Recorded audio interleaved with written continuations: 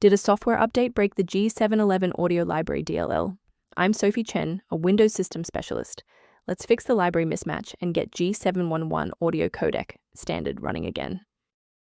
To begin the walkthrough for G.711 Audio Library, you can choose the manual path or use a resource designed for environment stability. This is the G.711 Audio Library, the library for the G.711 telephony codec, used for high-quality speech compression in VoIP software. It is a mandatory requirement for softphones and specialized call center tools. If missing, the app will report audio codec not found, or will play back audio with severe artifacts during calls. Let's get to work. We'll start with the most common fix for this specific error. G711 is a restricted library bundled with the G711 Audio Codec, standard engine, and the most reliable recovery method is to run the setup for the host program, giving the error to refresh the internal files. When a standard reinstall doesn't cut it, we move to advanced diagnostic steps to ensure the system is properly configured. A simple restart can resolve file and use errors that mimic a missing G711 audio library message. It's a low-effort step that ensures your operating system starts with a clean execution stack. Don't forget to bookmark the video or give it a like before you restart.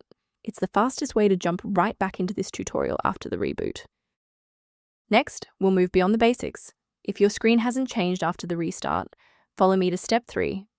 If you need to pause the video while your folders load, don't hesitate. If the library remains missing, you should manually clear the program's cache and then download the latest build from the developer's website.